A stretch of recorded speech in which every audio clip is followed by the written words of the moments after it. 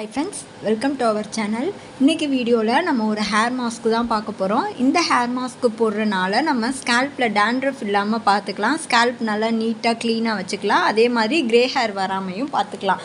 இதுக்கு நமக்கு என்னெல்லாம் தேவை அப்படின்னா ஆவாரம்பூ தேவை, வேப்பிலை தேவை, கருவேப்பிலை தேவை. இதை நம்ம எப்படி ரெடி பண்ணுறது அப்படின்னா உங்களுக்கு ஆவாரம்பூ அது கிடச்சிதுன்னா அதை எடுத்துக்கோங்க. அப்படி இல்லை அப்படின்னா ஆவாரம்பூ பவுடர் நாட்டு மருந்து கடையில் கிடைக்கும், அது கேட்டு வாங்கிக்கோங்க. 2 ஸ்பூன் ஆவாரம்பூ பவுட்ரு போட்டுக்கோங்க. இல்லை உங்களுக்கு இலையாக கிடைச்சிதுன்னா ரெண்டு கைப்பிடி அந்த மாதிரி போட்டுக்கோங்க. அதுக்கப்புறம் வேப்பிலை ஒரு கைப்பிடி அளவுக்கு போட்டுக்கோங்க, கருவேப்பிலை ஒரு கைப்பிடி அளவுக்கு போட்டுக்கோங்க. எல்லாத்தையும் நல்லா க்ரீம் டெக்ஸ்சரில் அரைச்சிக்கோங்க. அது நல்லா தண்ணி எதுவும் ஊற்றாமல் ஃபஸ்ட்டு அரைச்சிக்கோங்க. அதுக்கப்புறம் கொஞ்சம் கொஞ்சமாக தண்ணி ஊற்றி அரைங்க.